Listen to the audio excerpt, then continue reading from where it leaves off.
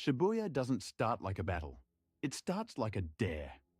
Pack a city station with Halloween crowds, hang a curtain nobody understands, and whisper one name just loud enough to twist hope into bait. Gojo. Before the night even drops, the story puts a price tag on strength with Kokichi Muta. Mechamaru's the mole with a heart problem, the kid who sold out secrets just to buy a body that could feel sunlight. He cashes in on that deal by rolling out a giant robot suit underground and throwing hands with Mojito like a one-man apocalypse. He almost wins, almost touches the core, almost keeps his promise to the girl he can't even hug. Almost is the word that buries him. And he knows it. In his last backup messages, the ones he left scattered like little glass lifeboats, he doesn't beg for forgiveness. He just tries to steer everyone away from the iceberg he couldn't break. The warnings say the quiet part out loud. October 31st, Shibuya. The target is Gojo. You feel the shape of the coming night in that hallway metal creaking, cursed energy screaming, and a boy who finally got to stand but didn't get to walk out. Loss shows up early, just to set the tone. The sorcerers split into teams because that's what grown-ups do when they don't know how bad it is yet. Yuji, Megumi, and Ino hit one curtain, checking conditions, hunting for the switch that turns the panic off. It's never just a switch, though. It's cursed users playing whack-a-mole with anyone in a uniform, and those smiles they wear are the cheapest part of the trap. Yuji sprints more stairs in 30 minutes than most people do in a year, because sometimes the plan is just punch the problem until the door opens. Meanwhile, the main event walks into the station like the world decided to test a rumor. Gojo descends to the platform, and it's not a battlefield. It's a crush of civilians, crying and pressed together, with curses threading through them like knives through fabric. Jogo's there simmering, Hanami pretending trees can outgrow physics, and Mojito being the worst science teacher imaginable. Gojo's strongest in the world routine comes with the worst fine print. Protect everyone while hurting everything trying to kill them. He moves like a glitch. Infinity hums around him, and every step buys breath for the people who will never know how close they came to dying in a crowd. He erases Hanami like swatting dust off his sleeve, and it's so casual it's almost rude. But the flex hides the bind. He can't unleash the ocean because the room's full of swimmers who can't swim. You watch him pick precision over pride, because that's what strength has to look like when you're the adult in a room full of fear. Out in the side corridors, the plan keeps on spooling. Ino faces down some cursed user tricks that look like parlor games until somebody's bones start learning new directions. Granny Ogami has a seance on speed dial, the kind that reaches into the past and drags a legend in by the throat, and suddenly the wrong guy has the right body and zero patience. Ino's brave, not immortal, and that difference lands fast and ugly. This is the part of the night where competence stops looking like confidence and starts looking like survival. Megumi steps into that vacuum the way a kid steps into a shadow that used to be his father's. He reads the board, counts the exits, and knows there aren't enough.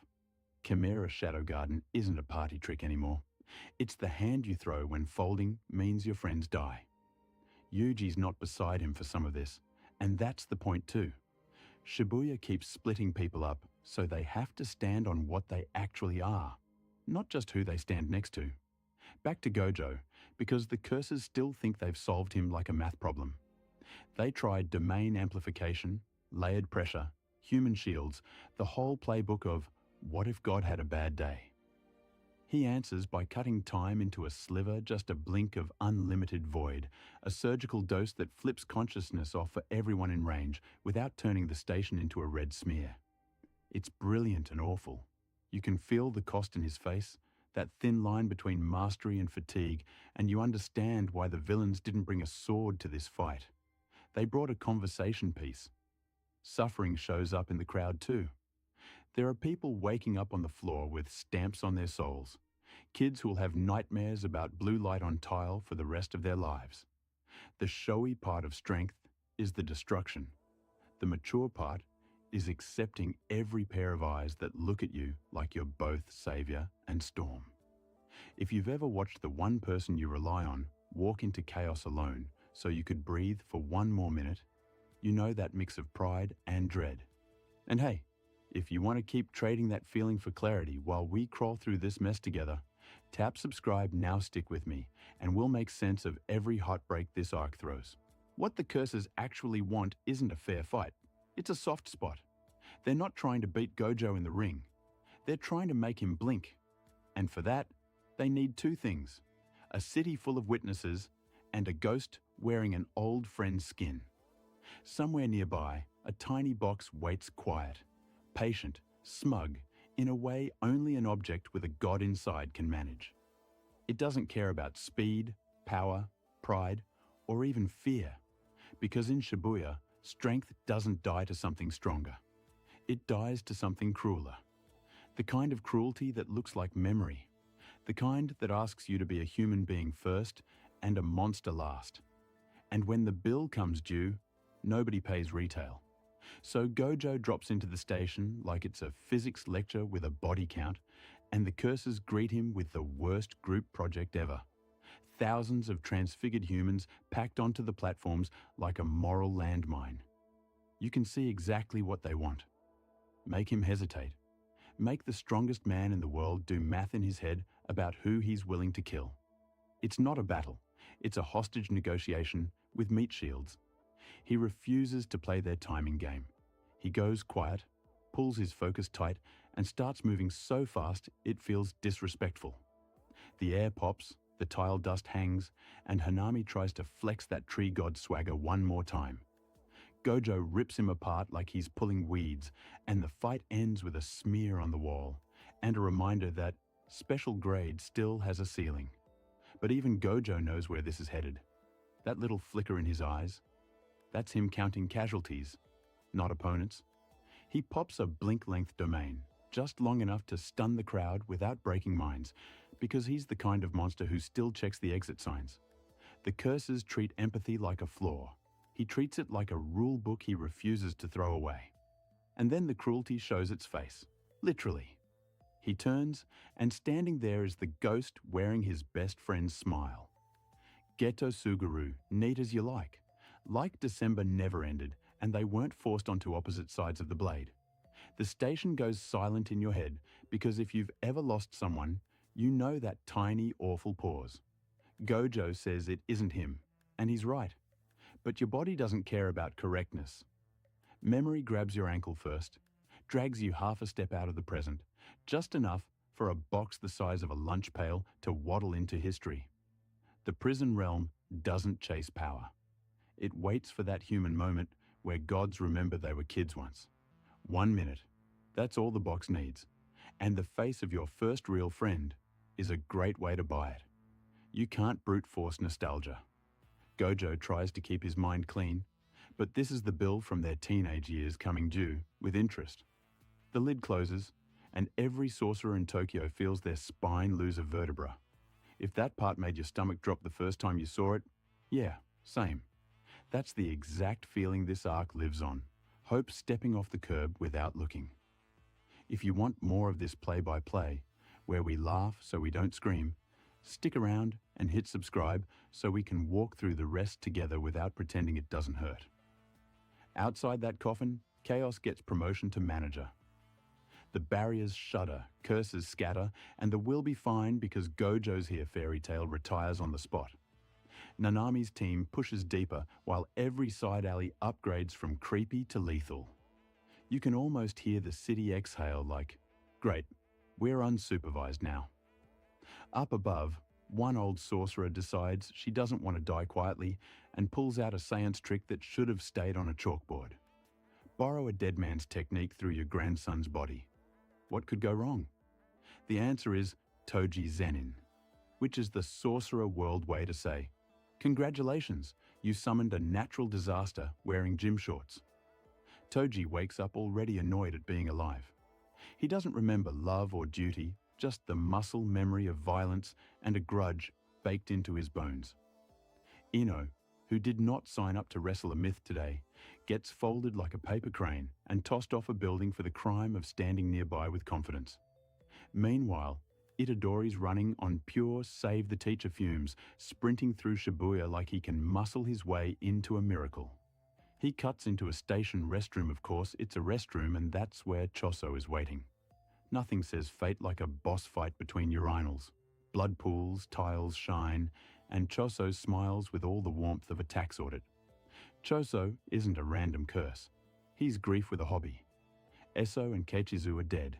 Yuji killed them, and today is payback with interest. The man weaponizes his own blood with surgeon-level precision, and every time Yuji tries to close the distance, the room turns into a blender. It's not fair, but revenge never takes the fair route. It takes the shortest. Yuji's grit looks great until it doesn't. He's battered, slipping, and his promise to save people sounds stupid out loud with a lung full of red. Choso lines up the finish, and then wrong genre flashback. He gets hit with a memory that never happened. A dinner table, laughter, Itadori at the end like he's a brother too. It's a fracture in reality that feels personal. Kenjaku's fingerprints are all over that crack. The same thing that trapped Gojo memory dressed up like truth glitches Choso hard enough to spare a life. He staggers out, confused and angry in a new direction, and Yuji's left alone on the floor bleeding and alive, which is sometimes the crueler version of dead. Survival doesn't feel like winning when your teacher's in a box and your body's ringing like a bell. Back underground, the curses celebrate like the Super Bowl just ended and they're the float. Jogo dances over the idea of a world without Gojo like he finally got to take off a weighted vest.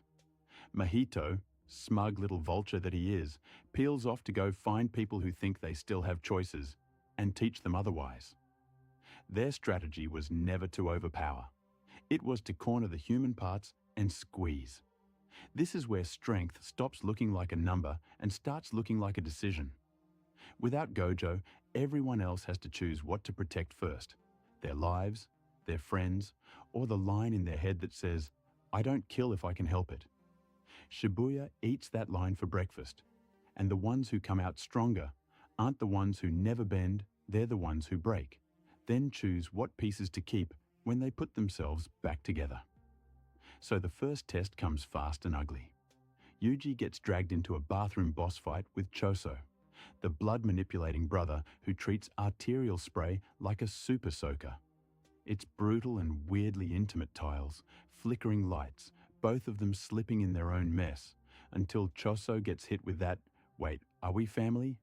brain glitch and just walks out. It's not mercy so much as doubt, and doubt is sometimes the only door suffering leaves unlocked. Meanwhile, the city coughs up the weirdest comeback in anime parenting.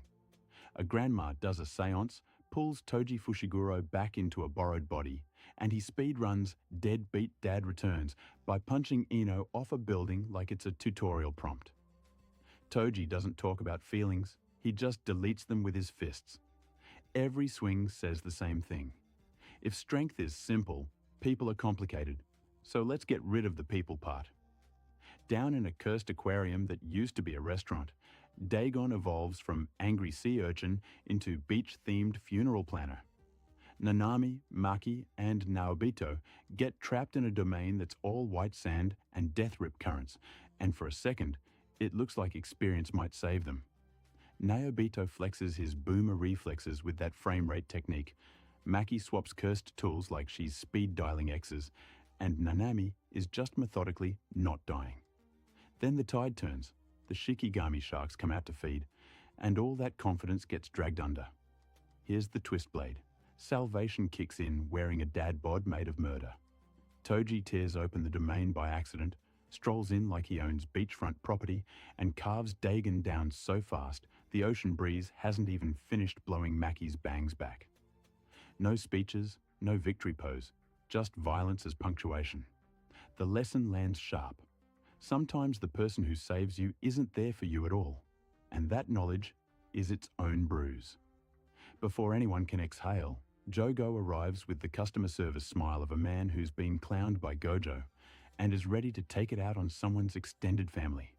He roasts Naobito to the marrow, chars Maki down to stubborn ash, and leaves Nanami walking on willpower and habit. It's quick, it's cruel, and it strips hope down to bone. You can measure growth in scars, sure, but Shibuya makes you measure it in how long you keep walking while on fire. If this arc hitting you in the gut is the reason you love stories that don't baby their heroes, ride with me. Tap subscribe so when we dig into the next emotional car crash, you're here for it, breathing through the same punches instead of catching spoilers cold. Jogo then finds Yuji unconscious like a vending machine that spits out apocalypses and force feeds him 10 fingers. It's a horrible kindness, like tucking a nuke into someone's pocket. Sukuna wakes up, looks around, and decides urban planning is for cowards.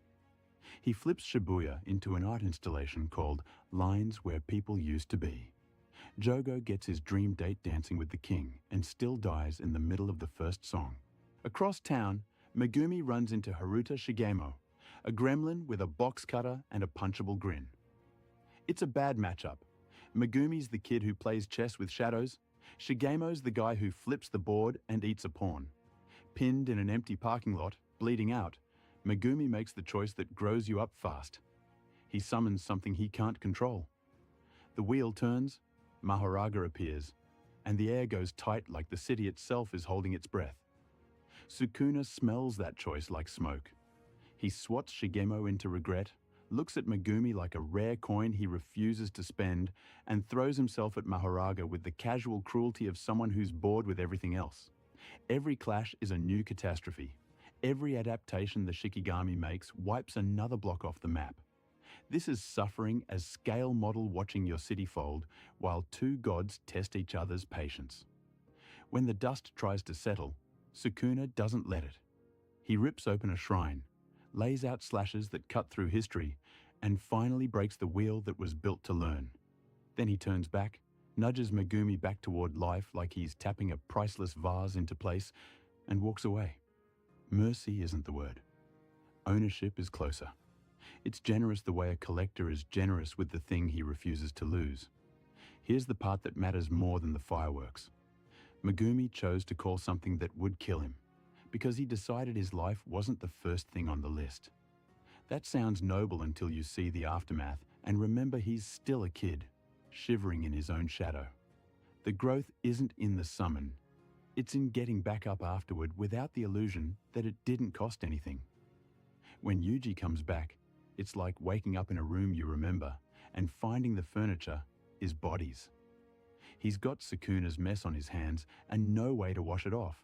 Just fingerprints of guilt on every building that's missing a corner. You can hear the questions start to crack him from the inside. If the thing inside me did this, what exactly am I now? Hero on lunch break or villain with a lease? And still, he moves. Because pain doesn't pause the to-do list and Shibuya isn't done chewing.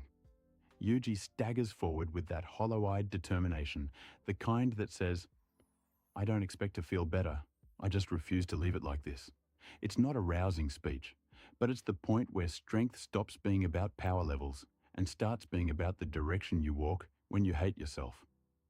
Back on the edges of this nightmare, Toji finds Megumi again, trading hands with him under the buzz of a city that's mostly sirens now. He's so far past human it's almost funny. This perfect machine of muscle and bad ideas, until he hears Megumi's name. Something slips. He kills himself faster than thought, cutting the wire that tethered him to the past because, in that one instant, protecting the kid outruns the urge to break him. It's the only right thing he does, and it lands like a confession he didn't know how to say. That's the rhythm Shibuya keeps bleeding out of everyone. A choice that hurts, a consequence that sticks, a shard of decency catching the light when you least expect it. The city's not a battlefield anymore. It's a kiln. You either crack from the heat, or you come out harder and changed, with a shape you didn't plan and edges you're not sure how to live with. And for Yuji, who's about to see the bill for everything he couldn't stop, the firing is just getting started. And then Shibuya does the ugliest thing it can to Yuji. It takes away the person who always yanked him back to normal. Mahito sniffs out Nobara like a shark that heard a heartbeat, flickers in with that doubled body trick, and taps her face like he's pressing an elevator button marked despair. She smiles that half smile, remembers the village that hated her,